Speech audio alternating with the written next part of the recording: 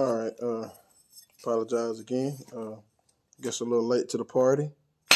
For the free game Thursdays. Of course, I went live on IG. I'm gonna start trying to do better for the YouTube. But here we go.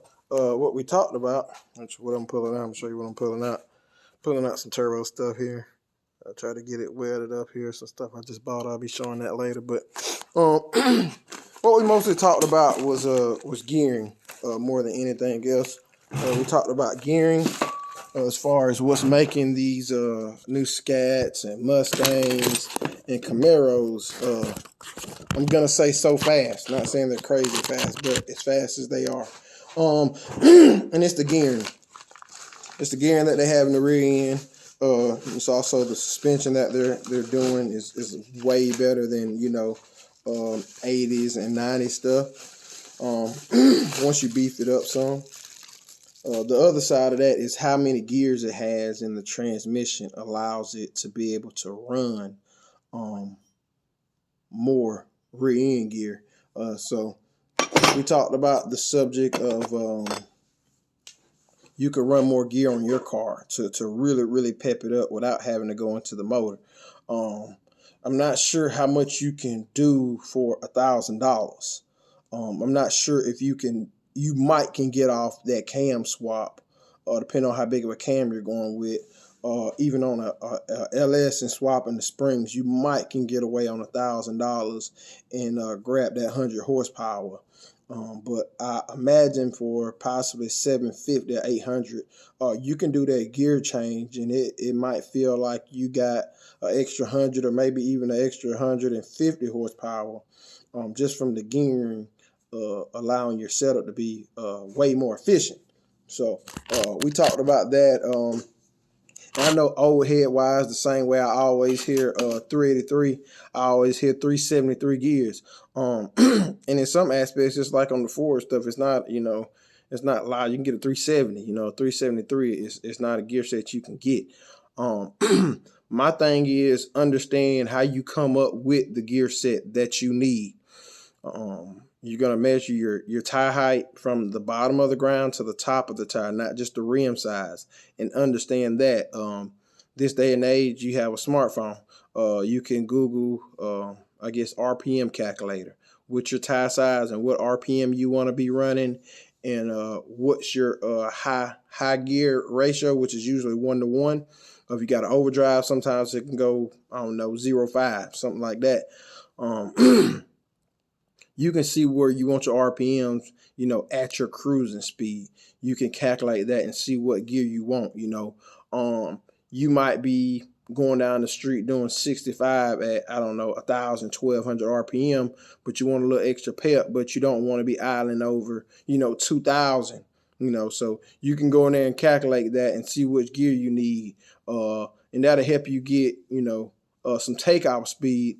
Your RPMs will be higher at your cruising, speed, but that's kind of a trade-off you go with, especially in older vehicles where you don't have this 10-speed transmission. You get into this newer stuff where you got an 8 and a 10-speed transmission, you can run a lot more gear. You can get into the 4s and still not be that high at your cruising speed.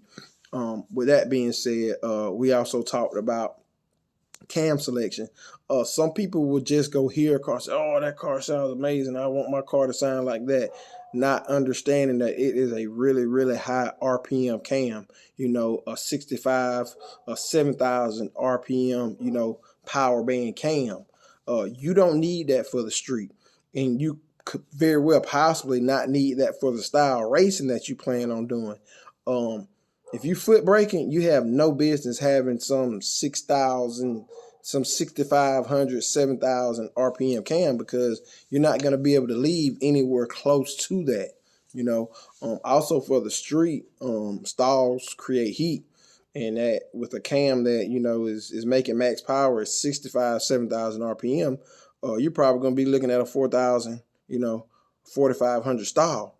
That just doesn't make sense on the street. It's going to create a lot of unnecessary heat.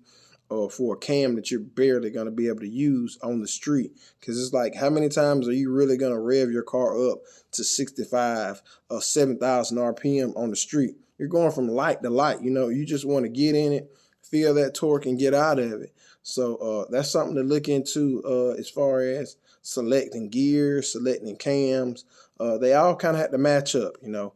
You go get a cam, if you decide to get a converter spec, you know, they're going to ask you what cam you got, what gear ratio you got, what size tire you got, how much does the car weigh. You know, it kind of all goes together. 95% of the people that I'm talking to, they don't have some super ultralight chrome moly tube chassis car or some, I don't know, 240Z, something that's super light that you can LS swap.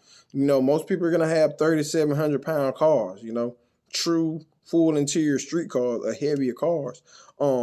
They don't like a lot of camshaft, you know. You want to get something that's a little bit smaller that's going to torque up faster for a true street car, you know.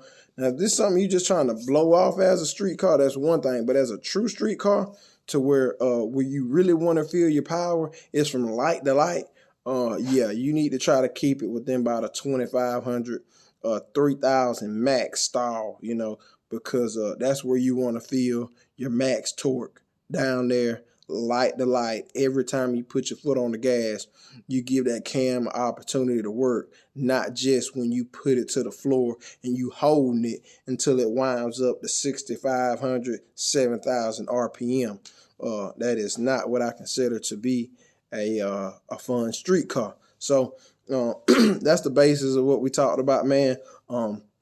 My main goal on doing this and showing the other stuff that I'm doing is to try to encourage people to get their car up jack stands, man. I got cars on jack stands. I also have cars that's running.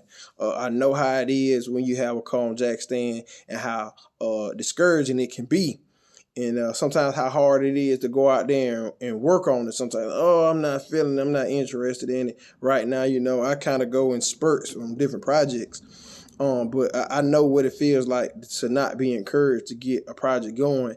At the same time, you looking like, oh, when the spring come, I want to ride. When the summer come, I want to ride. So yes, I'm jumping on here to give this free game. So, you know, maybe you don't have to backtrack with your bill. You able to, you know, jump right into it. Hopefully you can buy most of the right parts the first time and go down that route there. So that's all this free game is going to be about. If you got some questions, just leave them in the comment.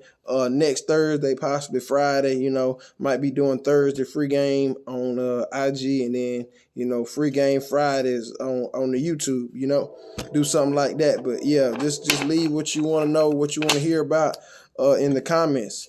And if I don't know, I'll do the research and let you know, hey, these are the facts. This is my opinion. And we can talk about it more from that, man. Y'all have a good day.